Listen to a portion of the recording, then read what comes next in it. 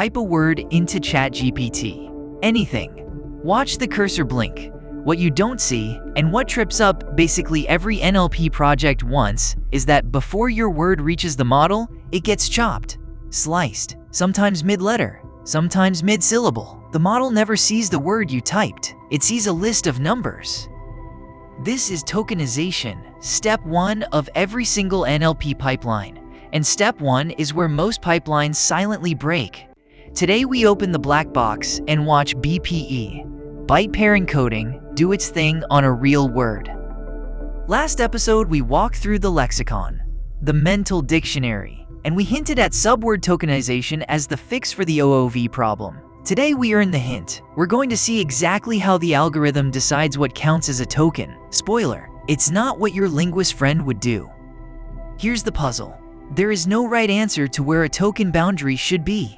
Linguists say at morphemes. Engineers say wherever the data tells you. Tokenizers are a compromise between linguistics and statistics, and the compromise leaks, especially in non-English text. Today's 3 beats. First, Whitespace tokenizers, the simplest possible approach, and the catalog of ways it falls over. Second, BPE, the Sennrich 2016 trick that runs GPT, Claude, basically every modern LLM watched in slow motion.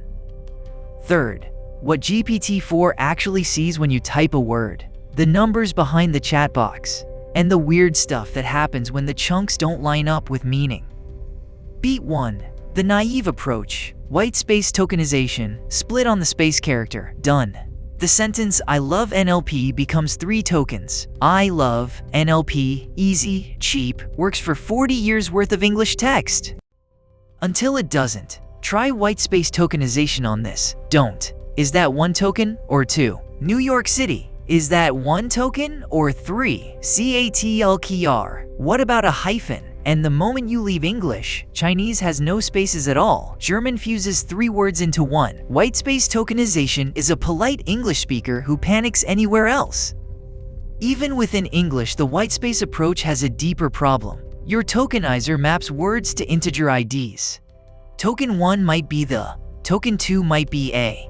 But what about cats? Is that the same as cat? No! Whitespace tokenization treats them as totally different tokens. Cat gets ID 314. Cats gets ID 22001. The model has to learn they're related from scratch. The morphology layer leaks up into the pipeline. Beat 2. Enter BPE, Byte Pair Encoding, the Sennrich, Haddow, and Birch paper from 2016. Originally a fix for machine translation. Now the basis for every major LLM tokenizer. Here's the elevator pitch. Start with every character as its own token. Then find the most common adjacent pair and merge them. Repeat. The vocabulary builds itself out of the data. Why does this work? Because frequent stuff gets a single token. The is 1 token, ing is 1 token, un is 1 token. Rare stuff gets sliced into multiple tokens. RIZZ becomes RIZZ. The model never sees an unknown word because it can always fall back to characters. And the vocabulary size stays small, usually around 50,000 tokens. 2 close cousins of BPE you'll see in papers. WordPiece, which Google built for BERT, same idea, slightly different merge criterion.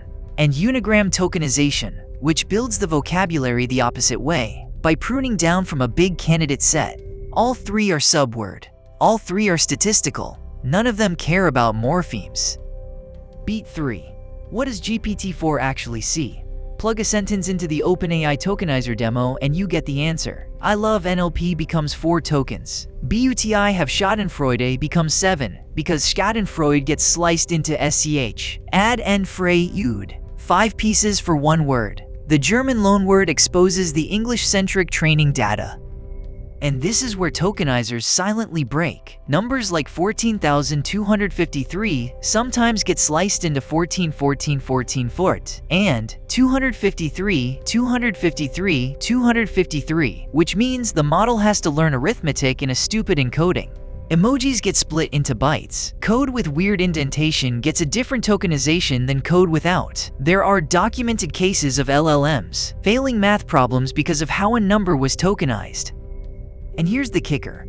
The tokenizer is frozen at training time. the model can't fix bad tokenization later. Whatever boundaries the BPE algorithm picked on training data, those boundaries are locked in for the entire lifetime of the model. Every token you ever feed GPT-4 has to fit through the choices Sennrich's algorithm made on training data 5 years ago. The lexicon problem has become a fossil layer. 3 takeaways before the quiz. 1. Whitespace tokenization is simple and English only. It dies the moment you leave English or hit punctuation.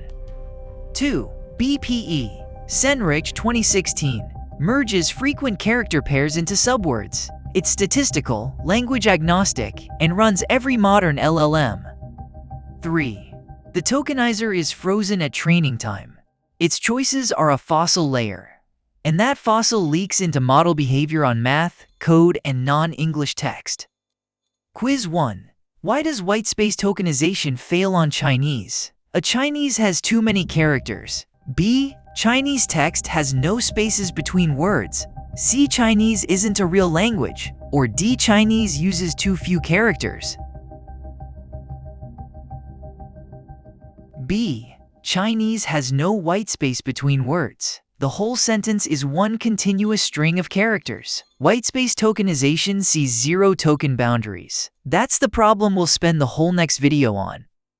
Quiz 2. What's the core operation of BPE? A. Translating words. B. Iteratively merging the most frequent adjacent character pair. C. Building a syntactic parse tree. Or D. Counting morphemes. B. BPE merges. Start with characters, find the most common adjacent pair, merge it, repeat. The vocabulary builds itself out of the data. Sennrich 2016 originally pitched it for machine translation. Today, every major LLM uses it. Quiz 3. Why can a tokenizer break arithmetic? A tokenizers don't support numbers. B. A number like 14,253 may be sliced into chunks that don't align with digit positions. C. Numbers are stored as images. Or D. BPE only supports integers up to 100. B. The BPE algorithm doesn't know that 14,253 should split into digit-aligned pieces. It splits wherever the frequent merge is said. So the model sees 142, 53 as 2 opaque chunks and has to learn arithmetic in a goofy encoding. There are real documented LLM math failures rooted in tokenization. Back to the puzzle. The tokenizer is the cleanest example yet of the layers leak. It sits between morphology and the lexicon, but it solves neither. It just compresses. And the compression turns out to be one of the biggest hidden variables in how good a model is at math, at code, and at any language that isn't English. Next time, the deepest hole in tokenization: Chinese and Japanese, languages where the word itself is a fuzzy concept, and the tokenizer has to do the dictionary work first. Hit subscribe if you want it the day it drops.